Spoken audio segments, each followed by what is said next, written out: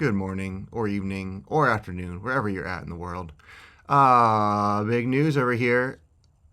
Phase Plant now does granular, and it's incredible. And I spent all yesterday absolutely rinsing it and creating this tune right here.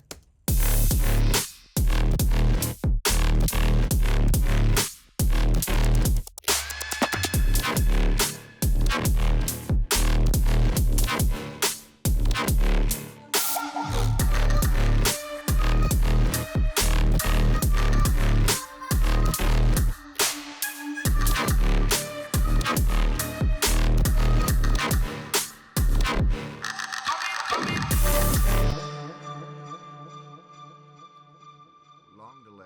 All right. So I wanted to make a little tutorial on the phase plant granulator. Since I spent a lot of time with it yesterday, it is fresh on the mind and it's really exciting. So I'm just going to open up a new project over here. All right, new project over here. So here is the granular module, and I'm just going to run down a few of the parameters real quickly and then kind of show you a few use cases for this. So first of all, right in this little box here, this is where you can kind of throw your grain. You can also load up any of the samples that are over here. I have my entire samples folder available over in the side here. So this is actually a great thing to do if you, if you have a samples folder, which, I feel like everyone should if you're a sample user, then you can go ahead and add that over here and access any of your samples much more easily like that. You can also just use any of the ones they have in here. These are the ones it comes with. All right. So let me just go ahead and load up let's see, I'll just load some of these beats here, like a chunky D&B beat. All right. So obviously we're just getting a bunch of kind of sounds right here because we've got our grain section right over here. Now this is there are three different types of grain setting. There's rate. So this will generate a new grain every I think 10 hertz, I guess it is.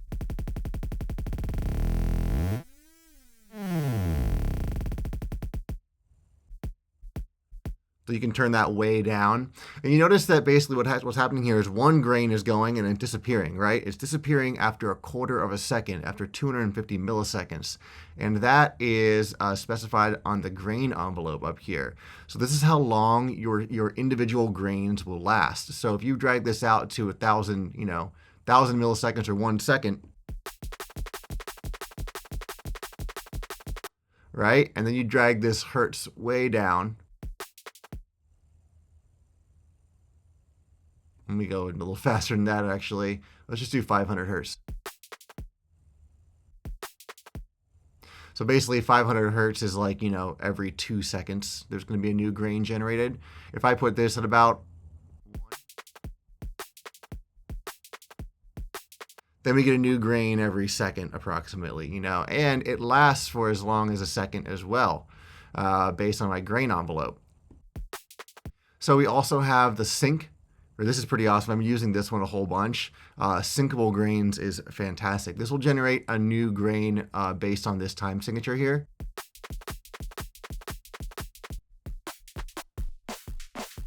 And notice as I play lower notes, I've got a little keyboard down here. I'm playing a high note. The grain is moving faster, and if I play the lowest note on the keyboard, it's moving much slower. And that is based on this parameter right here. This automatically adjusts the length of the grains. It's like a key follow essentially. So the higher you play, the longer, the shorter the grains will go. It'll go by a lot faster. And the lower you play, it'll move a little slower. If you turn that off,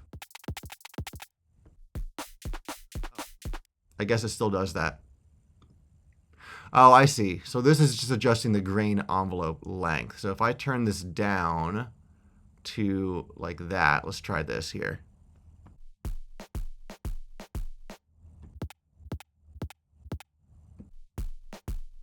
No, it seems to be doing the same thing. So I don't really adjust the length of the grains relative to the played key. I don't know, man, honestly. That's just what I assume it's doing, but it doesn't seem to be making any changes. So you play around with that and let me know what you find out with that thing. It's pretty cool. All right, moving back down over here, we also have density. Okay, so let's just say it'll create 4 grains simultaneously.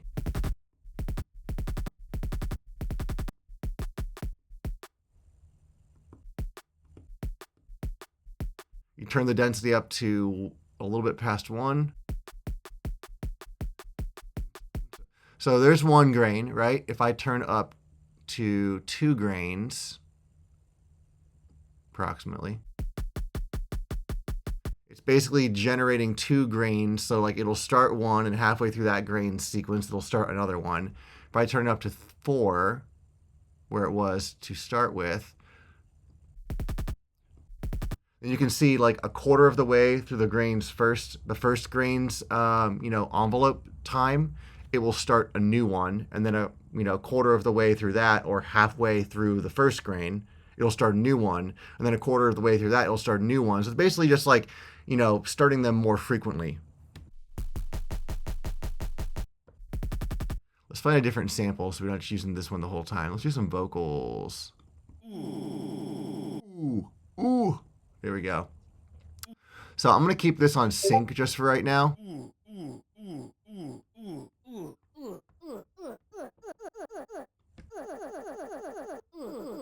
All right, let's move down here. Here we have the level, right? This is just the volume of the module, like normal with phase plant stuff. Over here, the semitone, right? All of these you should be familiar to you, right? This is the shift, the phase. You can do phase modulation on these just like you can any other module. You can, audio rate modulation, I should say. So phase modulation, shift. You can modulate any of these with audio rate, which is great. Down here, we have more grain parameters. So these are randomization parameters. This essentially says randomize this parameter a certain percentage. So if I turn this position up, I give it like a 50% randomization. That means anywhere in the sample, it will start somewhere within like 50% range. So you can see they're not all starting right here at my starting grid. Or my starting marker, I guess I should say playhead. It's the playhead, right? So when the position's down to 0, they all generate from the playhead. But as soon as you turn the position up a little bit, they start to generate from 20% of the range of the sample. Right? You can see it's starting, some of them are starting up here. There's kind of a range in here which they begin. That's where you start to get that kind of like random graininess, right? Timing, same deal, right? If I turn this way up, let's turn the position down, just so we can get an idea. Here are all like the randomization of the timing. They're not all just starting exactly in time now. Turn the timing up. Right? We're kind of like offsetting the timing of the generation of the grains this way. Next we have pitch. So you can increase by 2 semitones, plus or minus. Let's find something with a little more tonal quality here. And actually, I'm going to get this little Casio vibraphone is kind of nice to use. So I'm just going to drag and drop this over here. So normally it sounds like this. But you turn the pitch up and you start to get kind of really creepy, like swarm type sounds.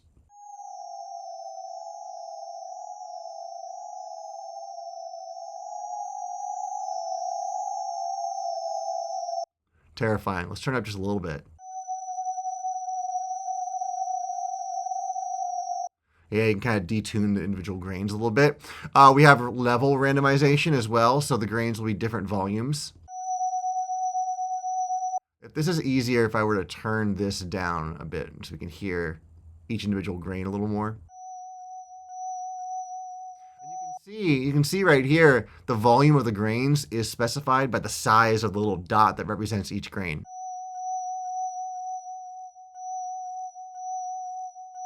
Yeah, very cool.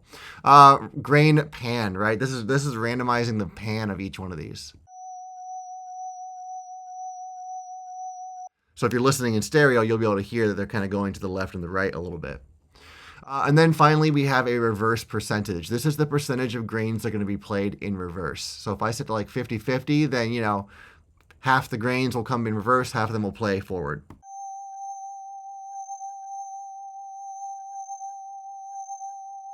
You can see how some of them are kind of like going backwards, right?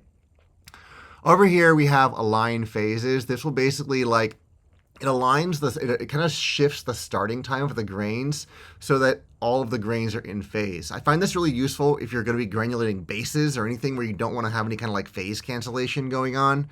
But yeah, so that's kind of nice. You can really switch it on and off and see what works for you. Let me just find a heavy tune. Heavy tune, sound design. Let me check out here. Put a bass in here. Just put this random little bass in.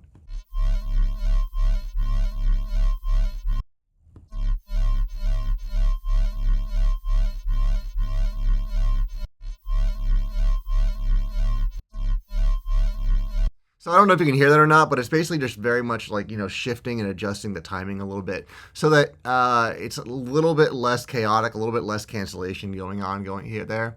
Next we have warm start. So basically the grains are already going to be kind of like running in the background so that when you hit the button,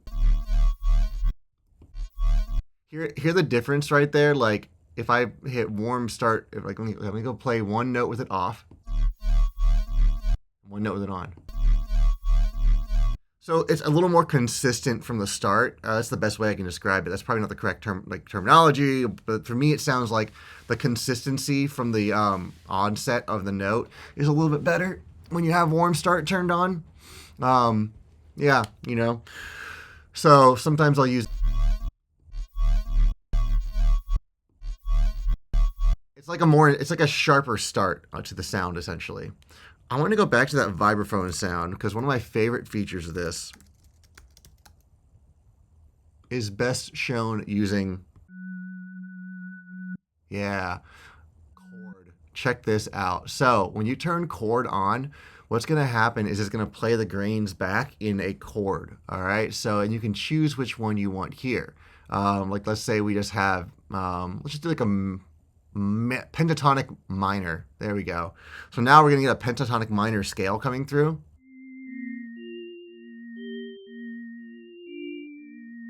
Let's turn the grain time up a little bit.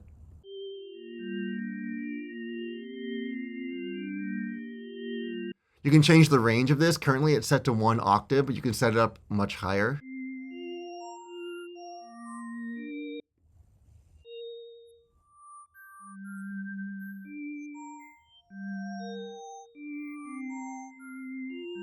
Pretty great. I'll keep it set to 1 octave for now. And over here basically just shows what they're calling strum. And it's just like the pattern which the grains are playing their notes in, essentially. Currently it defaults to random, so you can hear like it's just each grain is randomly getting one note of the major or the minor pentatonic scale. But if I set this to strum up, then we're gonna get like an ascending playing of the scale from the grains.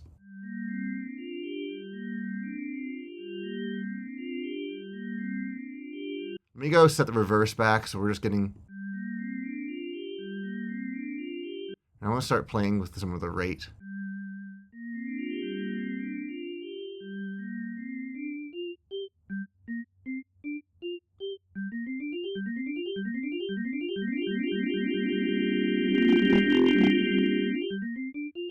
Very cool. Descending.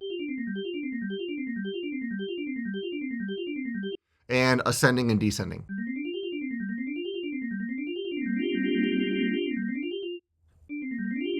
Lots of amazing, really cool effects you can do with this. I haven't touched on this little parameter yet, so let me get a different sample in here, one that is going to be a little easier to show this. I'll just use one of the, what do we got going on here? Modular, orbit, banjo, sure, why not? And let's turn chord off because that might be weird. Crazy. Okay, let's turn the grain rate down. Now, what this is basically showing the grain start position, right? Currently, all the grains are starting at the playhead and moving forward, or they're starting, forward and moving backwards if you have reverse turned on. But if you turn on this like bipolar playhead, or, it's gonna, look at the little area here. Let me turn this up so you can make it easier to see. This is the area in which the grains are playing, the lit up area. The illuminated part of the waveform. Currently, if I set this to bipolar, it's just going to show you, it's only going to play this section. But if you set it to unipolar or bipolar, then it will switch it'll start somewhere in this range.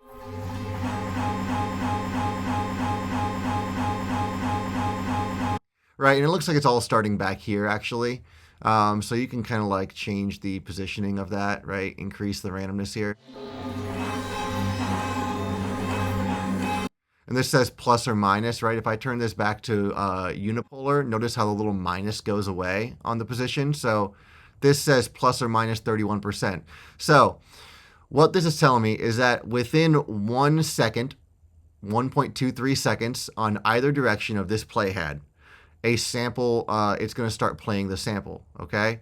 Now, if I turn the position up 31%, that means it's saying now within that range, 31% plus or minus on either direction, it'll start the grain somewhere back in that range. So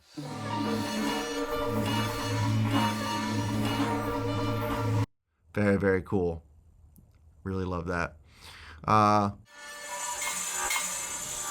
Amazing. Let's talk about the grain envelope. It's the last thing I haven't even messed with yet here.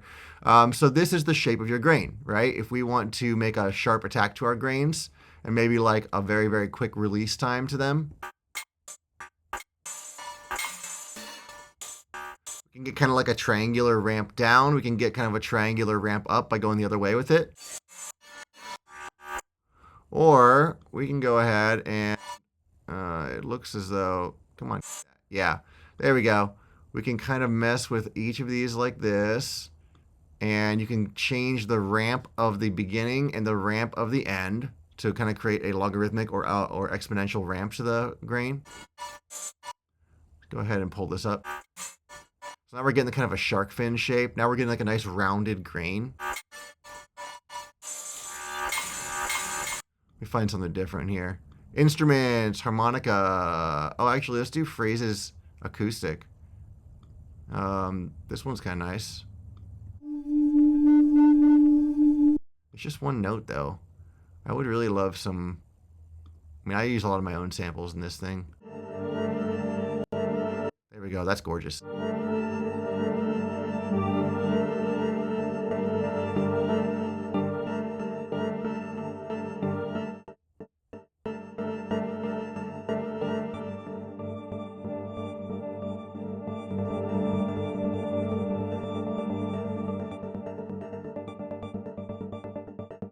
There's so much you can do to create these really amazing evolving textures in here. And I mean, like, all of these parameters are all modulatable. Yeah, like if we just put a little modulation on some things here, just to kind of give some interesting movement. Just modulate the decay curve of it like that. Yeah, just try that.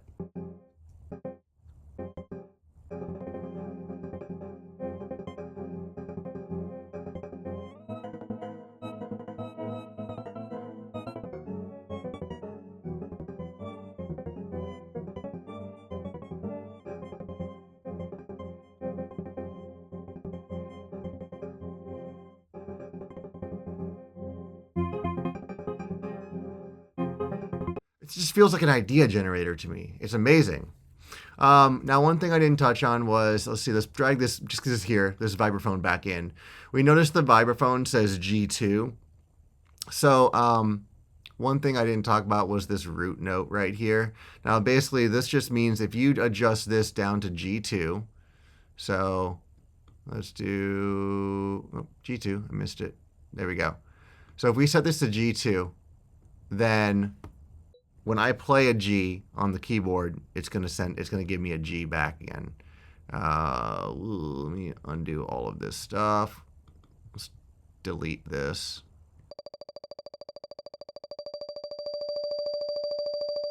So let me get a tuner on here.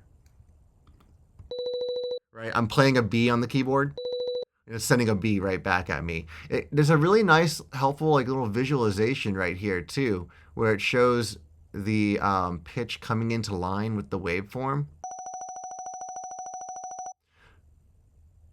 Right? So it's lining up the fifths.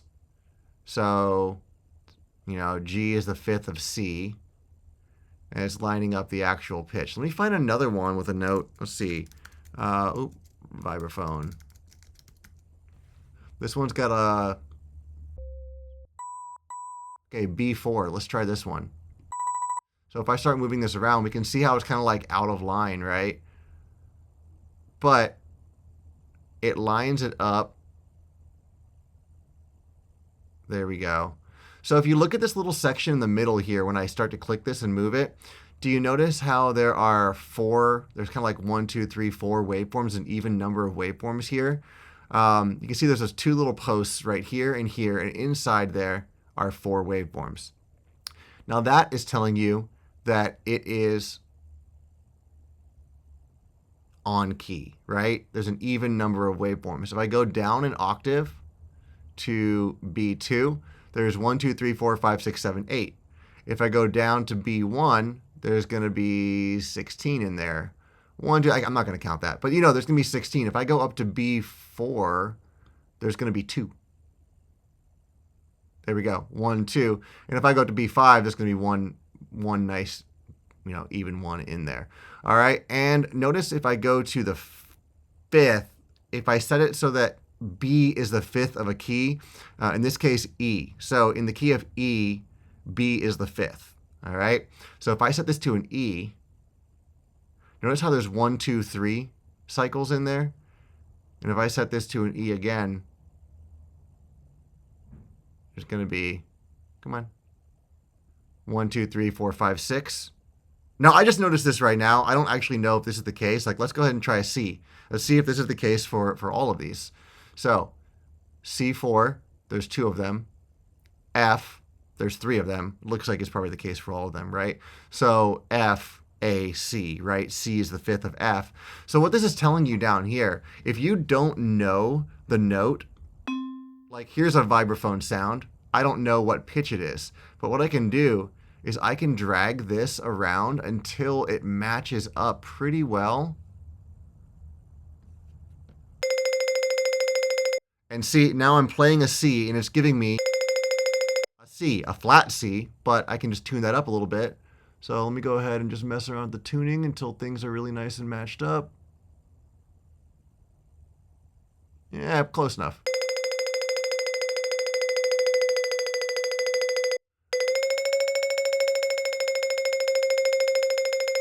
Go. Well, this is a really great representation for you to figure out how to tune things without actually knowing the pitch of it. So here's another one, vibraphone long. Don't know the pitch, doesn't say it in the sample. But if I drag this up and down, oh, it looks like it's already a C. So if I play a C, yeah, if I play a C is coming through. Let me find one that's not a C. I don't think that's a C. Drag this around until it's matched up. That's pretty good. Maybe this is a C sharp here. If I play I get a nice flat C sharp. And if I were to drag this up a little bit or down, if I just get it matched up like that, there we go. It's much more in tune, right? So you can kind of use your eyes to tune the grains like this. That is one of the most helpful and useful things, and I honestly did not notice it until I was in the middle of talking about it here.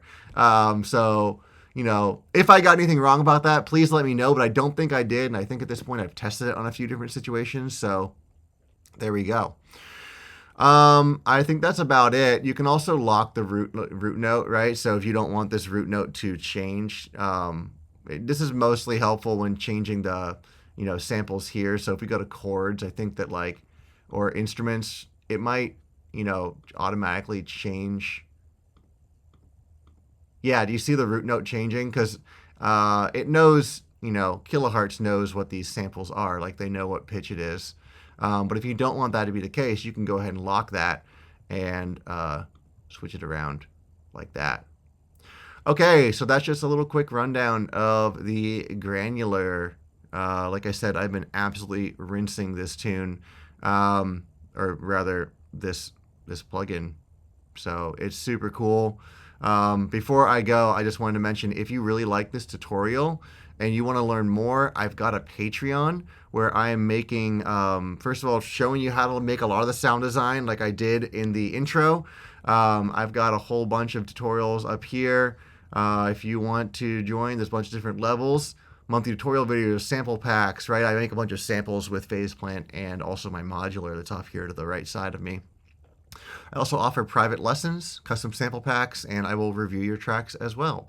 So I would love to see you there. It'd be awesome to have your support. I'd be so grateful.